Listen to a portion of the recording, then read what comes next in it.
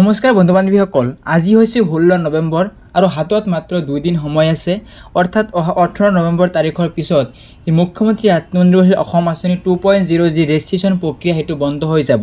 কিন্তু আজিৰ তাৰিখলৈকে যে এই আঁচনিখনৰ যে 5 লাখ টকাৰ বাবে আবেদন, সেয়ে মাত্ৰ কিমানজন আবেদন কৰিছে জানেনে?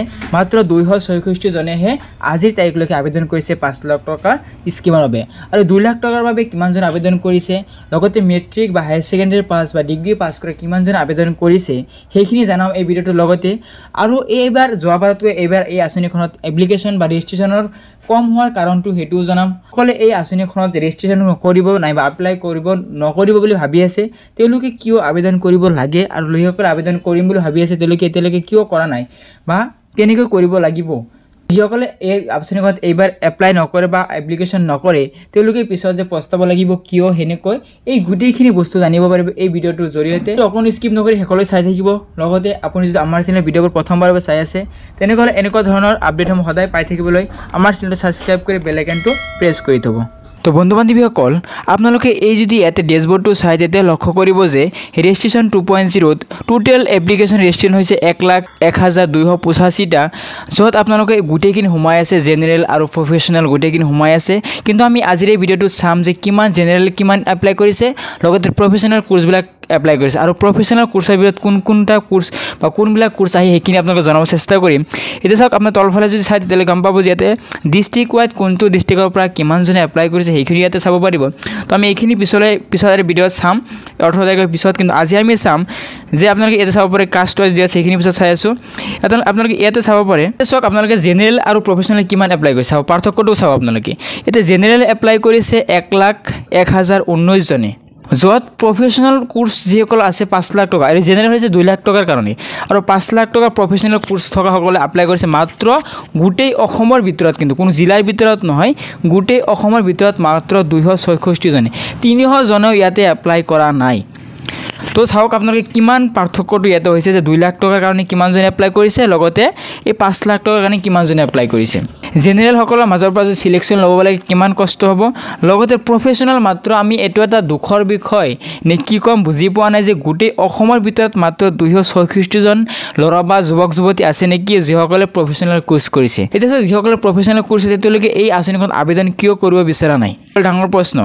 এতিয়া চাওক, আৰু যে জেনেৰেল যি 1 লাখ আছে তাৰ ভিতৰত আপোনালোকে চাব যে এইচএছৰ কাৰণে কিমান এপ্লাই কৰিছে। এইচএছৰ কাৰণে আপোনালোকৰ প্ৰায় 39,000 জন এপ্লাই কৰিছে, মেট্ৰিকৰ কাৰণে 29,000, আৰু গ্ৰেজুৱেশ্যন কৰা 23,000 ওপৰত আছে, আৰু ক্লাছ আপ টু 10ৰ পৰা 6,344 জন, পোষ্ট গ্ৰেজুৱেশ্যন ইয়াতে 17 আছে, ITI পলিটেকনিক ডিপ্ল'মা এনেকুৱা 1,000 জন ল'ৰা ছোৱালী আছে, আৰু প্ৰফেশ্যনেল ডিগ্ৰী আকৌ লিখা আছে মাত্ৰ 266 জন। কিমান কম হয়। আৰু আপোনালোকে যদি জানিব বিচাৰে যে প্ৰফেশ্যনেল কোৰ্চবিলাক বা প্ৰফেশ্যনেল ডিগ্ৰী থকা কোৰ্চ কোনবিলাক, BA, BTech, B Farm, BDS, MTech, CS, bachelor of veterinary এনেকুৱা ধৰণৰ এগ্ৰিকালচাৰৰ, আৰু MBBS গোটেই অসমৰ ভিতৰত মাত্ৰ এজন MBBSে মাত্ৰ এইখন কোৰ্চৰ বিষয়ে ইয়াতে আবেদন কৰিছে। আৰু টোটেল যদি আপোনালোকে চাই সেইটো চাব পাৰে মাত্ৰ 1,12,085 জনেহে ইয়াতে এপ্লাই কৰি। চাওক, আমি সকলোৱে জানো যে এই বছৰত মুখ্যমন্ত্ৰী ডাঙৰীয়াই ঘোষণা কৰিছে যে আৰু 75,000 নিবনুৱাক এই আঁচনিখনৰ যি 2 লাখ আৰু 5 লাখ তেওঁলোকে দিব, য'ত 75,000 চিলেকশ্যন লাভ কৰিব। তাৰ পিছত মাত্ৰ 1 লাখ এপ্লাই হয়, মাত্ৰ 25,000 জন বাদে বাকী গোটেইখিনি পাব। ইয়াৰ ভিতৰত যে 1 লাখে ৰেজিষ্ট্ৰেশ্যন কৰিব, সেই ৰেজিষ্ট্ৰেশ্যন কৰা সকলোৱে যে এপ্লাই কৰিব তেনেকুৱাতো নহয়। তো আপোনালোকে যদি ভাবি আছে যে আঁচনিখনত এপ্লাই কৰিলে কি হ'ব, আমাকতো নিদিয়ে, তো চাওক এইবাৰ এটা গল্ডেন চান্স আছে। কাৰণ যদি 1 লাখ আৰু 2 দিন সময় আছে হায়েষ্ট, আৰু 20,000 মান ৰেজিষ্ট্ৰেশ্যন কৰিব, তাৰ ভিতৰত 20-30,000 মানে এপ্লাই নকৰে। তো যদি 1 লাখৰ ভিতৰত যদি 80-90,000 মান এপ্লাই কৰে, তেওঁলোকৰ মাজত যদি 75,000 চিলেকশ্যন লাভ কৰে, তাৰপিছত প্ৰফেশ্যনেল ডিগ্ৰীটো বেলেগ হয়, য'ত আপোনালোকে তেনেহ'লে আপোনালোকৰ চিলেকশ্যন যি চান্স সেইটো বাঢ়ি যাব। তো যোৱা বছৰ যিসকলে পোৱা নাছিল তেওঁলোকে এইবাৰ পোৱাটো বহুত খাটাং বুলি এক প্ৰকাৰ ধৰি ল'ব পাৰে। তো আৰু আমি সকলোৱে জানো যে আমাৰ যি আঁচনিখন, এই আঁচনি যোৱা বছৰ যিসকলে এপ্লাই কৰিছিল তেওঁলোকৰ মাজৰ যিসকলে পোৱা নাছিল তেওঁলোকৰ কাৰণে এইবাৰ ইতিমধ্যে হাইকোৰ্ট, মহামান্য গুৱাহাটী উচ্চ ন্যায়ালয়ে আপোনালোকৰ কাৰণে এটা ৰায়দান দিব অহা 10-12 দিন পিছত। এই ৰায়দানত যদি এনে ৰায় আহে যে আপোনালোকে যিসকলে আগতে এপ্লাই কৰিছে তেওঁলোকে আৰু আবেদন কৰিব নালাগে, তেতিয়াহ'লে ভালেই খবৰ।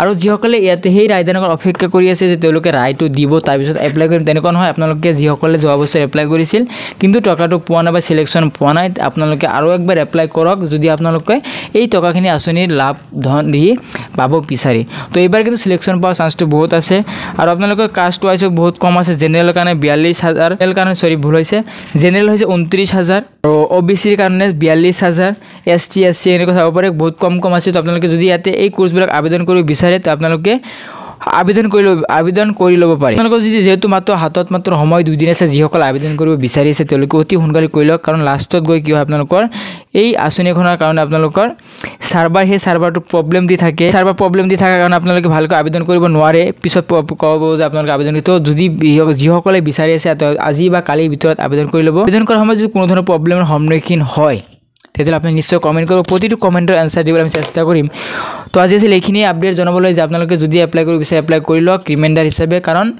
এপ্লাই বহুত কম হৈছে বা ৰেজিষ্ট্ৰেশ্যন বহুত কম হৈছে তো সিলেকশন হোৱাৰ চান্সটো বহুত বেছি আছে তো লগ পাম আৰু আমি অহাকালিলৈ লাষ্ট এটা ভিডিও বনাম ইয়াৰ ওপৰত যে আপোনালোকৰ কি প্ৰবলেম হৈছে বা আপোনালোকৰ কি কৰিব লাগিব আপোনালোকৰ প্ৰজেক্ট ৰিপোৰ্ট কেতিয়া বনাব লাগিব এই গোটেইখিনি লৈ অহাকালি বা তাৰ পিছদিনা এখন ভিডিও বনাম সেই ভিডিও চাব লগতে চেনেলটো সাবস্ক্ৰাইব কৰি বেল আইকনটো প্ৰেছ কৰি থব লগ পাম নতুন update till then take care জয় আই অসম